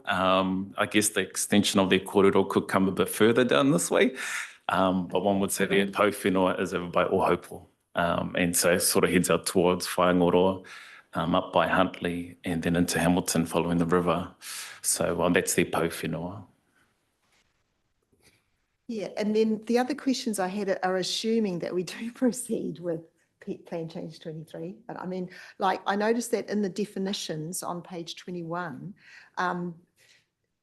there's another word there, whanaunga hou is also mentioned on page 21, but there's no definition given of what that means. I think hauora was defined, but yeah, not that. And there was reference on page 27, this is the performance standards for rule 3.4.2.37 about minimum lot sizes. So in Pirongia, the minimum lot size is now 2,000 metres squared. Yeah, so and I'm aware that there is Māori land there. Yeah, and so I thought it's important to, well, if that's the definition within which the Pirongia urban, I suppose it's a residential zone or a large lot residential zone. Yeah, that would need to be corrected. That's all. Yeah. Hey, Peter, am I correct that thus far it's recap? You're about to get into the detail or not? No, the recap was the recap. Okay. So it was shortened. So you want detailed questions now? I'm happy to take the detailed questions now. Yeah. Okay, cool. So yeah, as far as the land at Pirongia goes, and that is the only whenua Māori in the large lot residential zone, those are parcels that are less than 3 hectares in area. And so they will likely be rezoned multi-purpose zone as part of this process. And therefore, as multi-purpose zone, that specific density criteria wouldn't apply. But we would be wanting to make sure that what development was proposed was able to accommodate on-site wastewater in accordance with the regional council rules, which may in itself limit the number of dwellings that could ultimately be established. Yeah, thanks, Peter. Look, as a general comment, I thought there's the performance standards, which cover quite a broad range of effects or considerations. I thought was really good. Yeah, because you're trying to accommodate the desires of Māori, to be able to provide housing for their people, but it also recognises that it does create an effect, in that area, and they're trying to manage it so that, it's a positive outcome. Yeah, so I thought it was a really good approach. Sitting on the fence rules.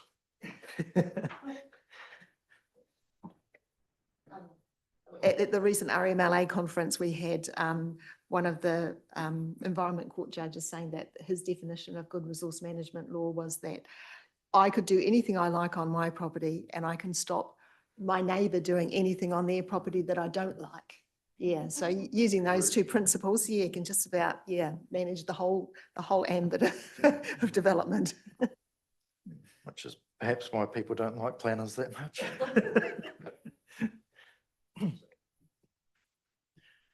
Hey, Peter, in the draft plan, you know, there's a lot of red, so there's a lot of rewrite. Is that since we last saw it, or last time we saw it was a lot of it red as well? So when we came, there has been a bit of refinement done to the provisions since the previous workshop.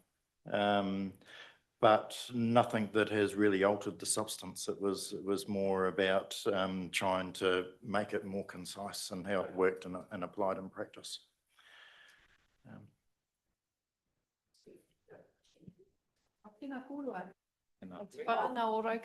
James, tēnā koe, nice to see you.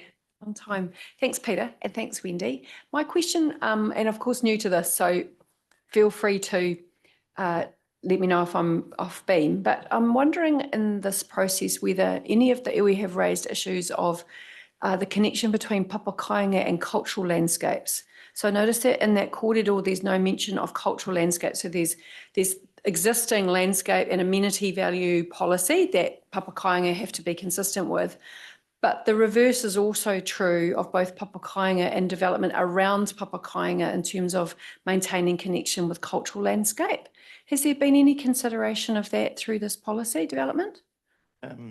So the plan does identify some cultural landscape areas, and they are within the landscapes and view charts chapter of the district plan. And so in terms of this plan change, they would be termed sensitive landscapes. That yes, papakainga is anticipated and provided for as a restricted discretionary activity. But really just making sure that the key parts of those landscapes or key considerations of those landscapes are managed, but still accepting that they will be appropriate locations for papakainga to establish. And that in fact, the location of papakainga can help re-strengthen the connection between mana whenua and those landscapes. Totally. Yeah, great. Thanks, Peter. If I can just add to that, Steph, is I guess this was just around with the sensitive locations, because we did explore that, and that was around outstanding natural landscapes. And if I can use Maunga Tautari as an example, because there are whenua Māori blocks on there, and I was trying to gauge at which stage does papakainga development become inappropriate, because that's the legislative language that sits there in section 6.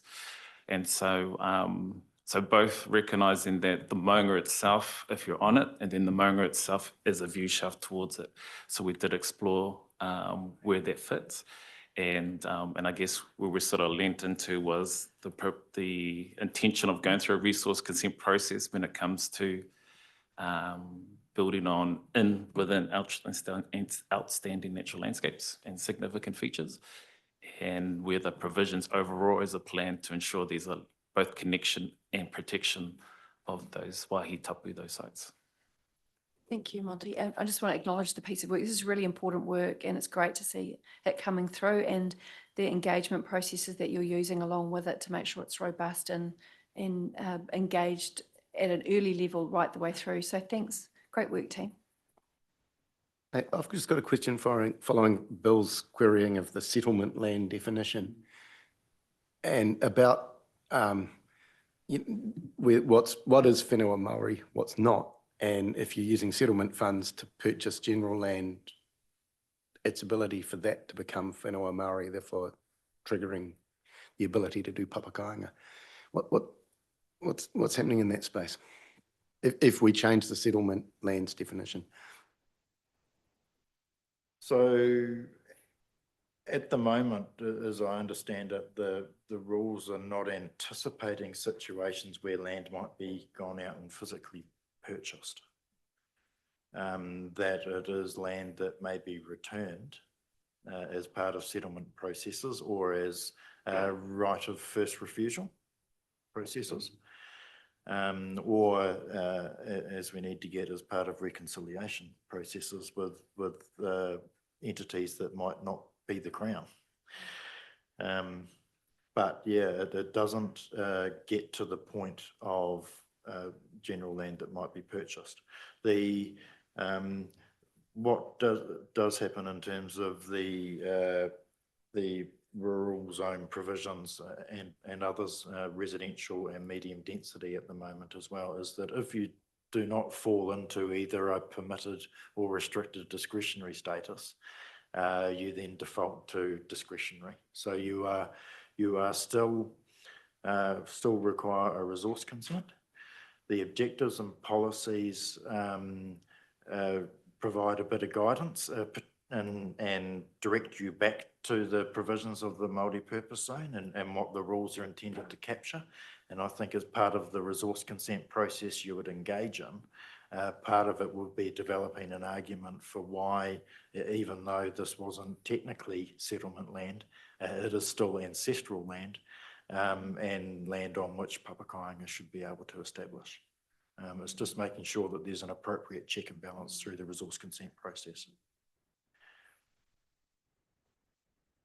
Monty, would it be helpful, gosh, when I saw that map too of the amount of Māori land in the district that's left, that's a pretty hard pill to swallow.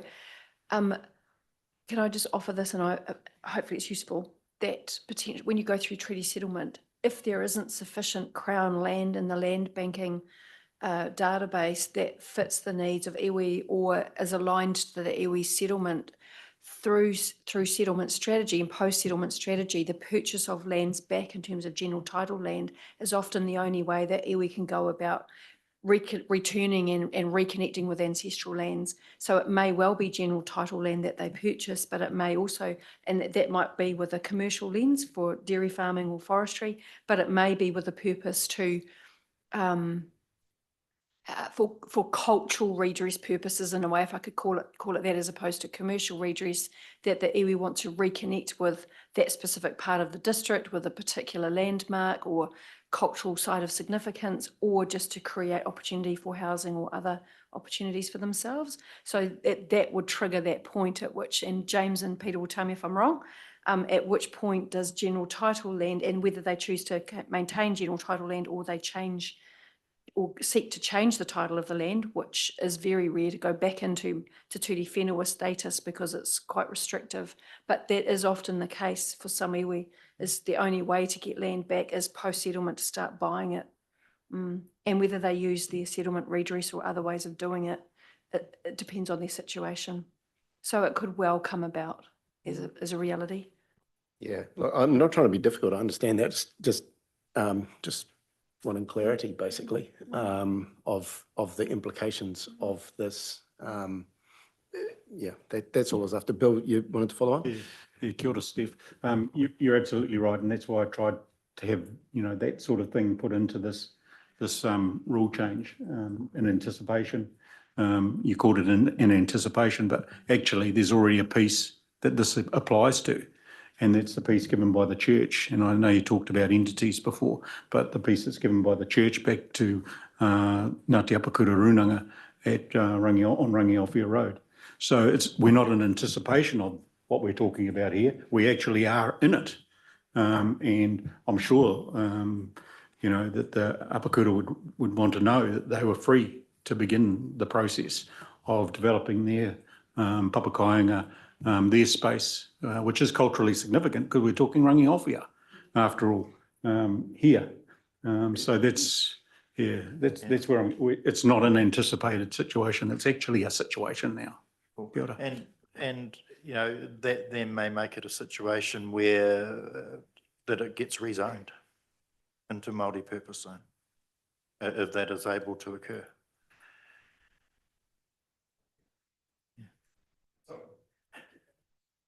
I guess that's a determination that they can make, but are we making it easier or are we making it tougher? And that's what I wanted to know, and that's why I picked up on your question, Monty, and Steph's response to that, because it's got to be up to the mana whenua to make that determination.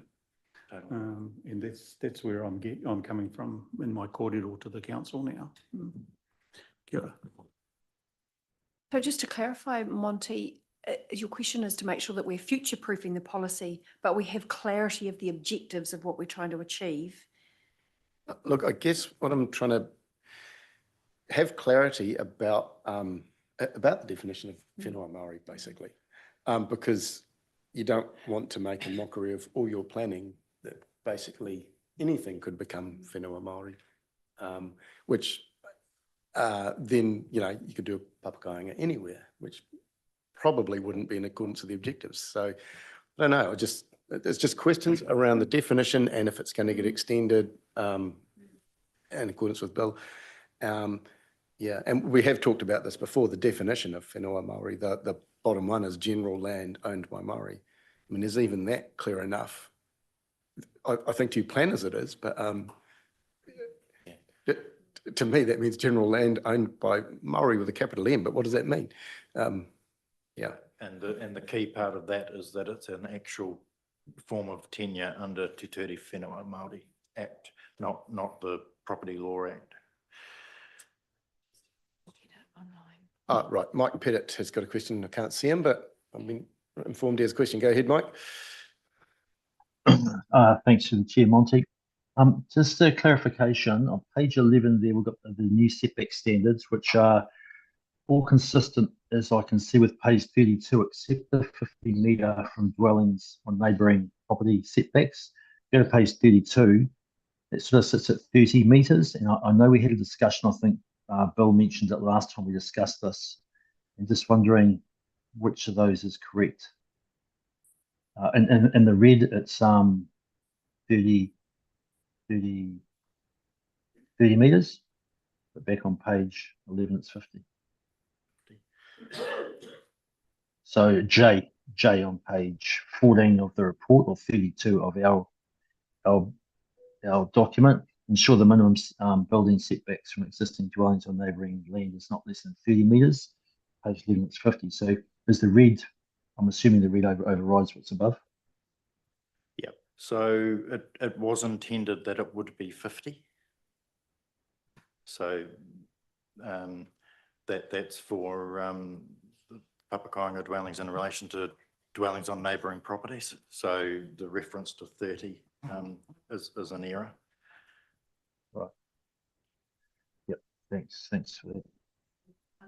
Could I just query that? Because I noticed the difference myself, but I thought one was to the neighbouring dwelling and the other one was to the boundary. And I thought that a 20 metre allowance had been made because the neighbour's dwelling might be 20 metres from the boundary. Yeah. Yeah. So the setback from the boundary would be what the existing rule in the district plan says, and I think for dwellings in a rural zone, it's 15 metres. I think. Yeah. So the new rule would specifically relate to a setback from existing dwellings on neighbouring properties, where they might be. So, say for example, an existing dwelling was 5 metres from a boundary, then on the other side, the papakainga dwelling would be 45 metres away. So yes, no, that is an error, and I apologise for that. No, it's all good. Thank you.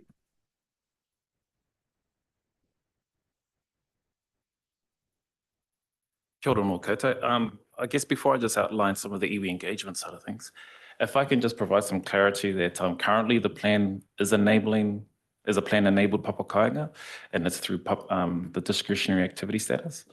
And so there is a process for anybody, because at the moment our plan doesn't recognise whenua Māori, that if you are on any forms of title tenure, land tenure, you can do papakainga.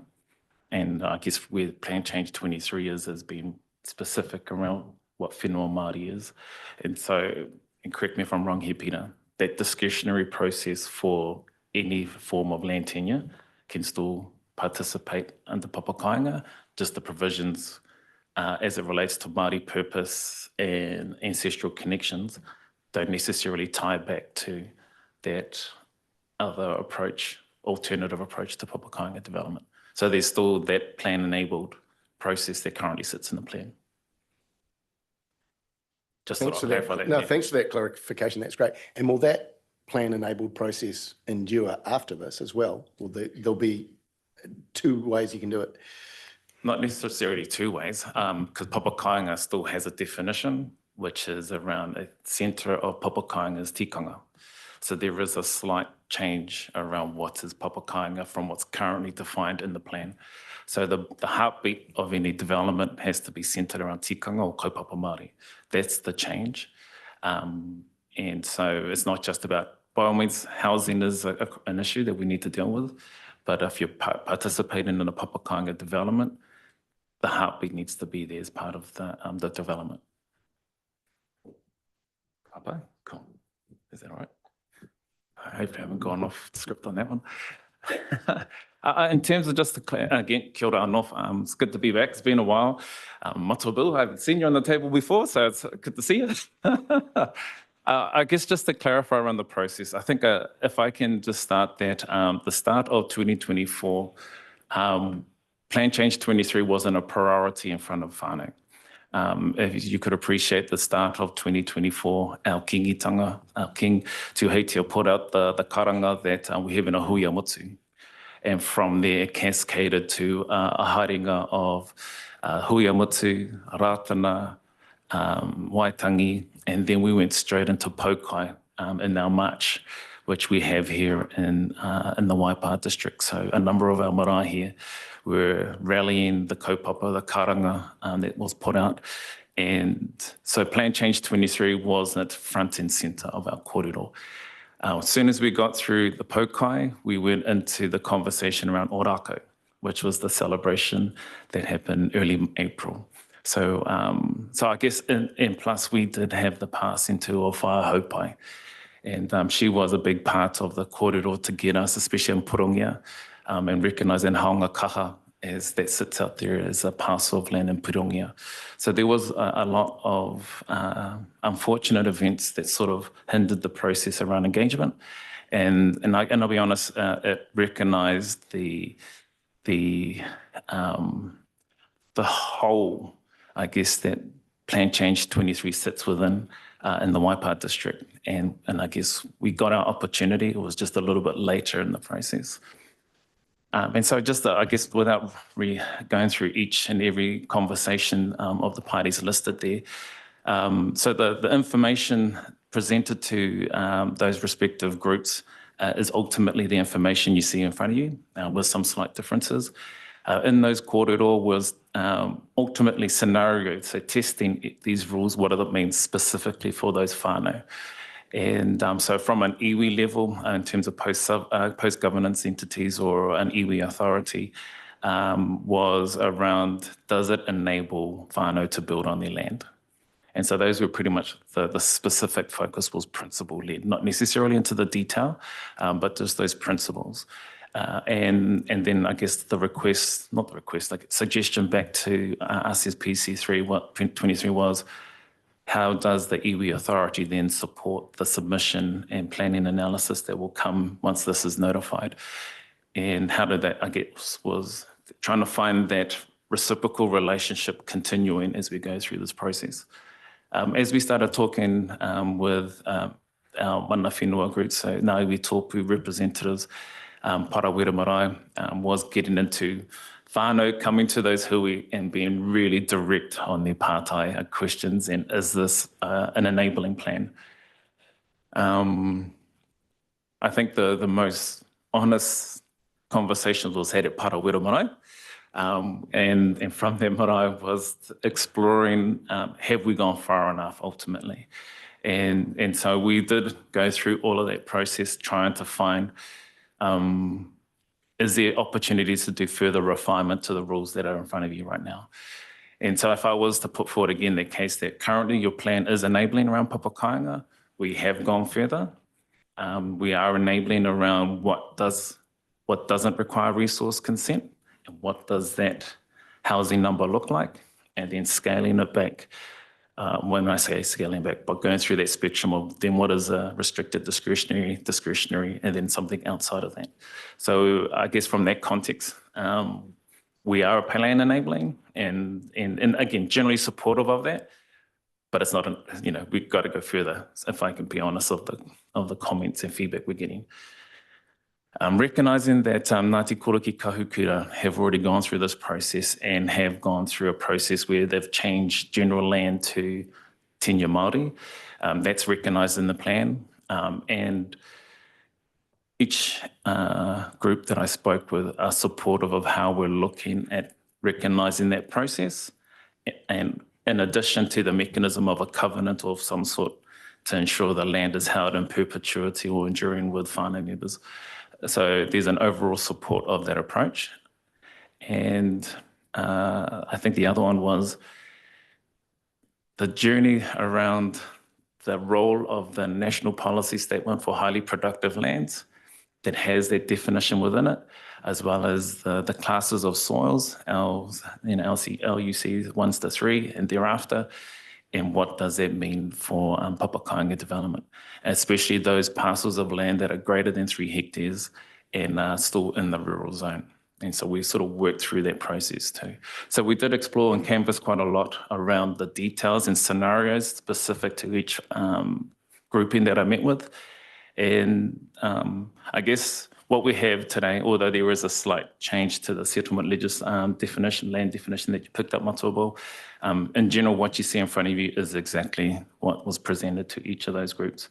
And in most instances, or actually all instances, except for we need to go further, was general support of where we've landed on these provisions.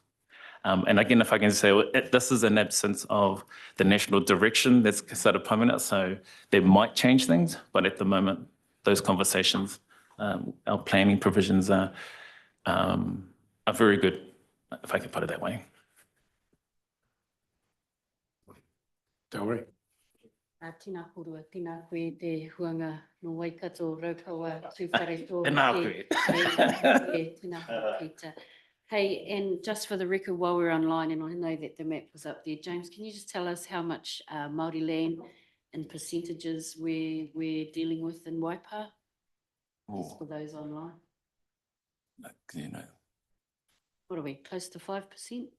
I wouldn't put it that. That's less. Even that, yeah, just so for the record, we make it very clear that we're, you know, it's not this huge amount of land that we're talking about in Waipa. I'm except for the little things that have been brought out here, I'm really happy with this because I've just checked with a couple of iwi people here, and they're saying to me, James is the man, stay with James. I'm like, great. And that's building on what's up there. So I'm happy with where we're landing, and as long as Bill's asking questions, and I know we've got a settlement laddie in the room here who's done a huge amount of negotiation with settlement. So yeah, tēnā korua. Thank you all for the work that you're doing, especially James. Wendy got some great feedback about you from the tribes yesterday too. So tēnā koutou. Oh, I'll take that too. Tēnā koe. Lou. Very simple clarification as far as I'm concerned. When we have a married purpose zone, is that implemented or is the local iwi actually vote for that? How is that implemented? You know, it's under 3 hectares, and I'm just asking how that's instituted. Is that something that's presented to them, or they can actually take that on and vote for it? So there's formally, as part when we look to notify the plan change, that would include planning maps showing properties less than 3 hectares that are whenua Māori that we're proposing to rezone. Then those landowners would have the opportunity to lodge submissions if they're happy or not happy about it.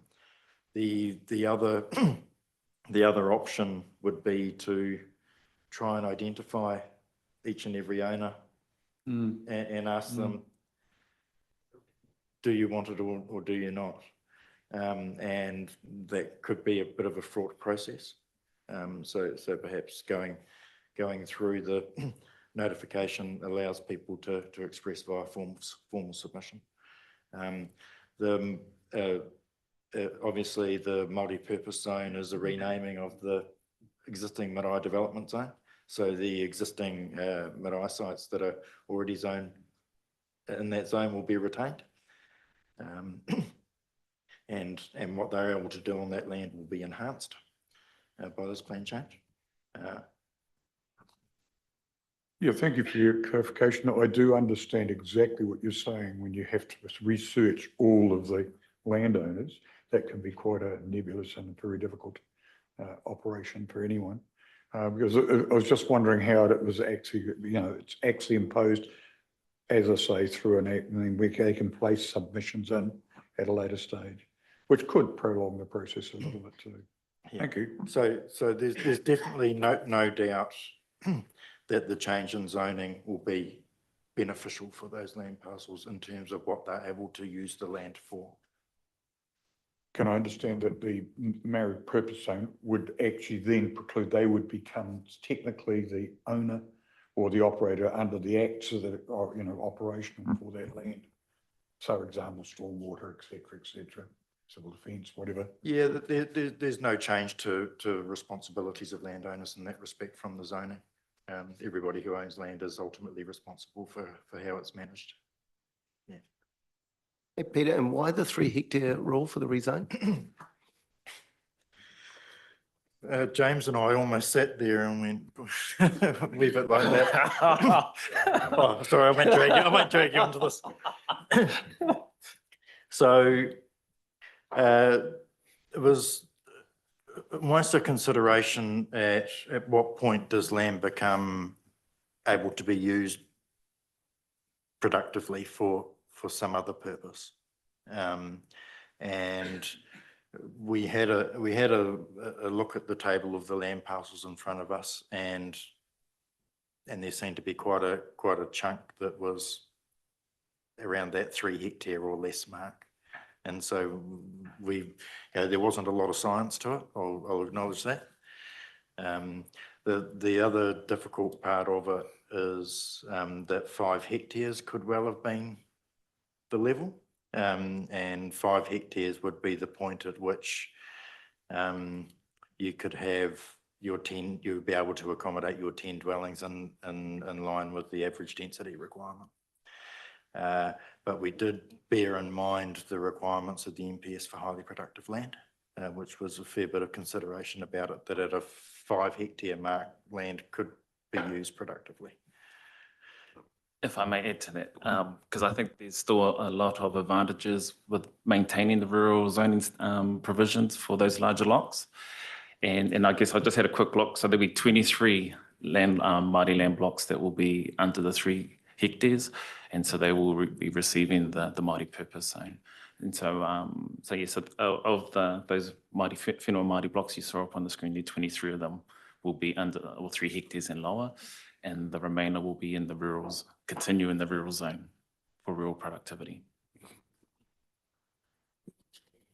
And there's been no feedback that the 3 hectares is unduly restrictive?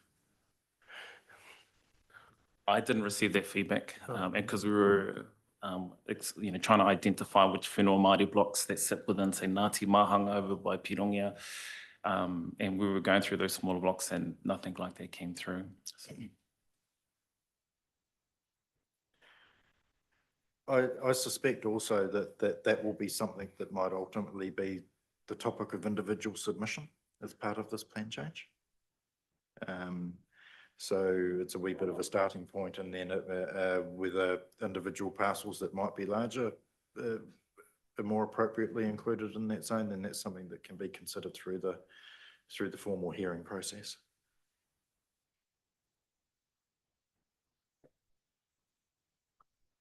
Okay, so do you require anything from us, Peter? As an outcome of this? Or... not as a general thing. We're in a workshop. We're not in a formal meeting. That's why I just, yeah. No, it's we haven't quite finished the presentation yet. We've probably gone a fair bit over time, I imagine. At this point, it's, do you want to see us again? You know, we've talked today a fair bit about changing some definitions and re-looking at some of the provisions. So it's whether you'd like to come back to us in a formal setting with the recommendation to accept things before we go out to the next step of the process to engage with the iwi authorities.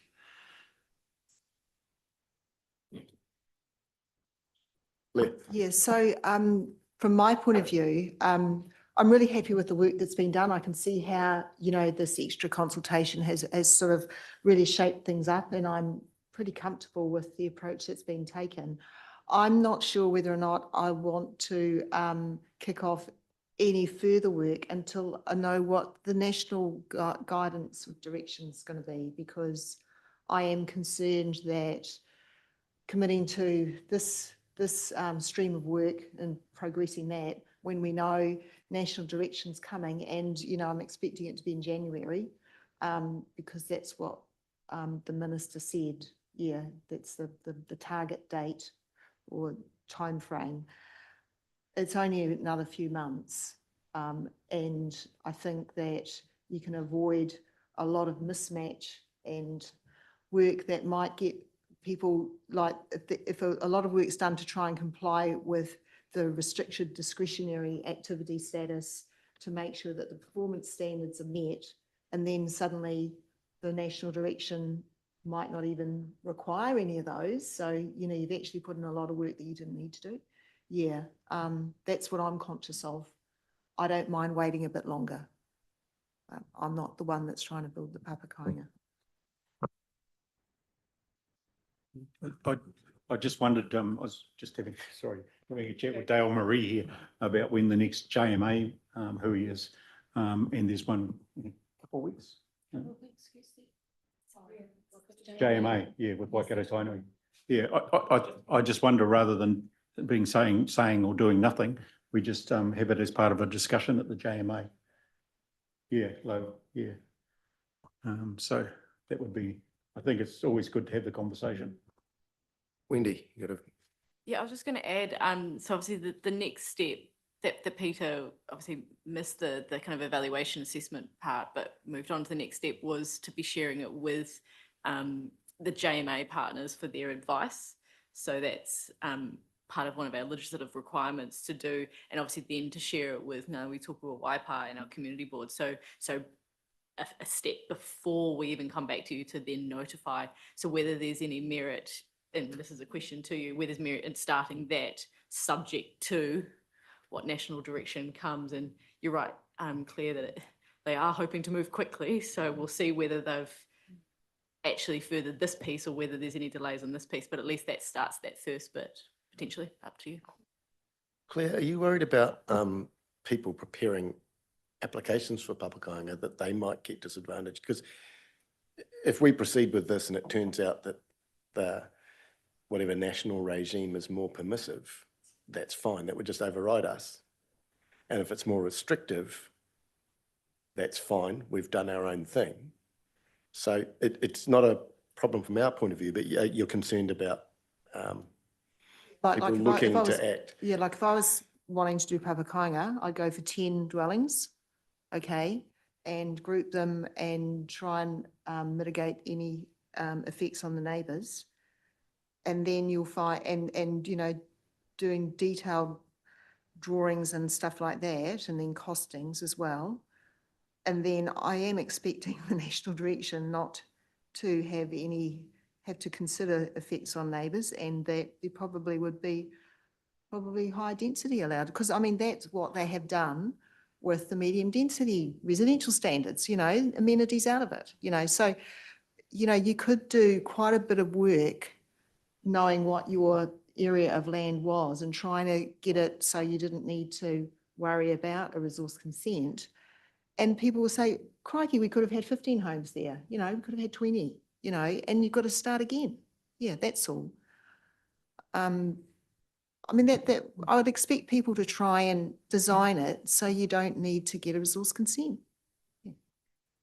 Can I just suggest with the team's input that perhaps the continued conversations are important, because the partnership aspect to this is you keep conversations warm, you continue to have the conversation. And like James said, this year's been particularly busy for iwi, impacted by a whole range of other things. In fact, they may only just be able to turn their minds to some of this in some respects. So knowing that there is that coming, and hopefully that it does move at speed clear in a useful way this time.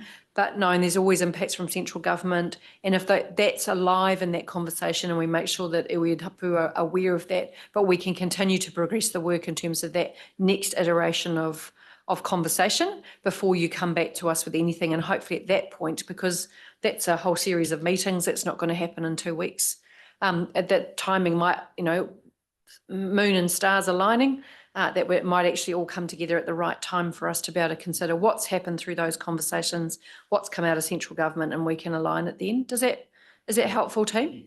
I think it is helpful. I think that it is a good idea to continue, particularly with the seeking JMA advice ahead of it, because if we wait until January, then it's just 3 months that we could have been doing something. Well, you'll lose January and February as well as a given, right? With people away on holiday and stuff. So then you're 5 months behind and it continues. So if you're comfortable with that, Councillor Clare will progress on that basis. Yeah, really happy to continue with the JMA conversations and get their feedback on that. Yeah. Everyone else happy with that suggested approach? Sounds great to me. Yeah. Okay. Thank you. We'll call it to a conclusion. Thank you. Good to see you again, James.